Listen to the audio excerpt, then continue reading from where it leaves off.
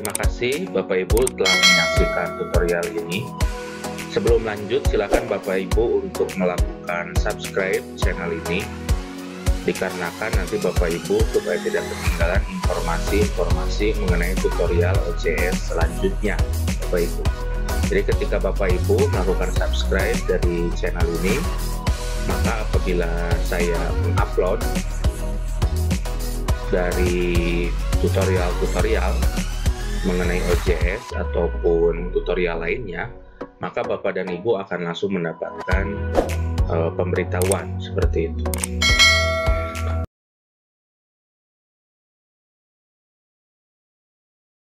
Assalamualaikum warahmatullahi wabarakatuh.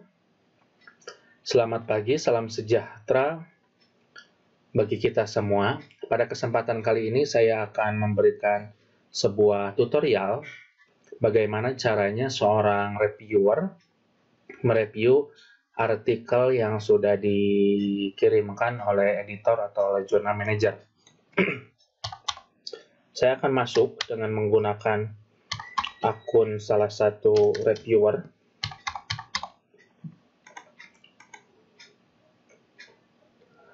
Nah, ketika ada artikel yang mau direview, maka reviewer itu di sini akan ada task.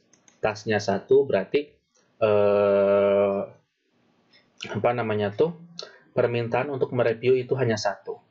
Jadi untuk teknisnya proses review itu ada beberapa teknis. Untuk teknis yang pertama itu adalah menerima apakah dia mau melakukan review atau tidak. Kemudian yang kedua, apabila dia sudah mau menerima, kemudian melanjutkan ke proses review.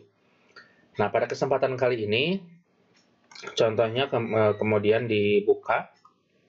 Nah, di sini penggunaan pembelajaran STAD dalam meningkatkan kemampuan berpikir kritis di kelas 4 SDN 1 Bulakamba. Nah, di sini ada schedule-schedule-nya. Di sini review schedule-nya itu editor request, kapan permintaan ini dilakukan, kemudian respond to date. Apabila sesudah respond to date ini tidak ada penerimaan, dalam artian berarti ditolak, gitu, seperti itu. Kalau di sini review due date, berarti kapan beresnya hasil review itu harus sudah diberikan, gitu, seperti itu. Jadi di sini bisa dilihat request for review. Apabila menerima, maka save review, kemudian melanjutkan ke tahap deadline, kemudian download review, dan completion, gitu, seperti itu. Nah, di sini ada about to date-nya. Editor meminta kamu untuk menerima atau menolak review sebelum melengkapi review. Kalau memang karena kesibukan dan berbagai hal, maka ketika tidak mau menerima review, maka diklik di sini client review request, gitu, seperti itu. Apabila ditolak, nanti akan ada muncul di di jurnal manager atau di editor bahwa si reviewer tersebut itu menolak. Kemudian kita baca dulu sebagian. Nah, ternyata di sini judulnya itu adalah tentang STAD, kemudian di sini abstraknya. Kemudian ternyata di sini reference-nya itu oleh si author itu tidak dimasukkan. Seperti itu. Kalau menerima ya klik accept, kalau menolak untuk melakukan review karena kesibukan, klik decline. Kemudian ternyata di sini ada submission. Nah, submission itu ketika diklik nanti di sini akan ada dua, yaitu yang mengirimkan, kemudian arsip itu adalah yang sudah di-review, gitu. Yang sudah di-review barusan, gitu, seperti itu di sini. Belum ada yang sudah di-review untuk seperti yang sekarang. Nah, pada saat pertama ini, saya akan berikan sebuah tutorialnya, yaitu apabila seorang reviewer itu menolak. Kemudian apa yang harus dilakukan oleh seorang oleh seorang jurnal manager gitu, seperti itu. Nanti reviewer contohnya karena kesibukan di sini decline. Nah, kemudian you're providing the editor with any reason why you declining this review. Editor, saya tidak dapat mereview. Ini tidak dapat mereview ada beberapa alasan. Yang pertama, karena artikel itu bukan bidangnya, jadi sangat jauh dengan bidangnya. Kemudian yang kedua, apabila karena kesibukan, sedangkan deadline waktunya itu yaitu harus 14 Juni, sedangkan sangat sibuk dengan berbagai kesibukan, ditakutkan nanti dalam proses reviewnya itu tidak maksimal atau dalam proses reviewnya itu tidak sebaik yang seperti biasanya, maka nanti di sini bisa diklik decline.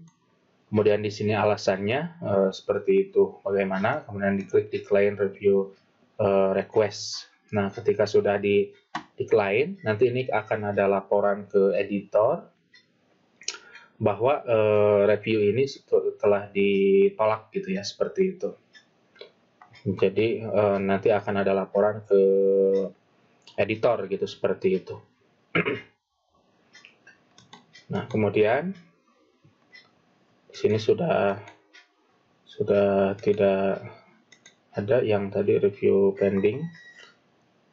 Jadi ini sudah ditolak seperti itu. Kemudian kalau sudah seperti itu sudah nanti berarti oleh jurnal manager atau oleh editor harus menunjuk pengganti reviewer yang lain. Dalam proses review sebenarnya yang baiknya itu adalah 3 reviewer. Kenapa seperti itu? Kita akan kesulitan seorang editor memutuskan apakah diterima atau tidak ketika orang yang pertama menyatakan iya menerima dan orang yang kedua itu menyatakan tidak menerima, sehingga keputusannya kan bingung 50% 50%. Akan tetapi apabila ada 3 orang, nanti itu keputusannya akan jelas. Nanti contohnya 2 orang menolak, 1 orang menerima, berarti itu nanti keputusannya itu adalah ditolak. Kemudian kalau 1 orang menolak, 2 orang menerima, berarti keputusannya itu menerima. Walaupun demikian, untuk keputusan akhir apakah ada penolakan ataupun diterima dengan revisi mayoritas, itu semuanya ada di editor, seperti itu. Jadi reviewer itu sifatnya hanya merekomendasikan untuk diterima atau tidak diterima, seperti itu. Keputusan akhir ada di dewan redaksi pada jurnal tersebut. Mungkin itu saja Bapak Ibu tutorial bagaimana cara reviewer untuk menolak melakukan review gitu, seperti itu. Bukan menolak artikel, tapi menolak melakukan review, seperti itu. Terima kasih Bapak Ibu atas perhatiannya. Mohon maaf apabila ada kata-kata yang salah. Wassalamualaikum warahmatullahi wabarakatuh.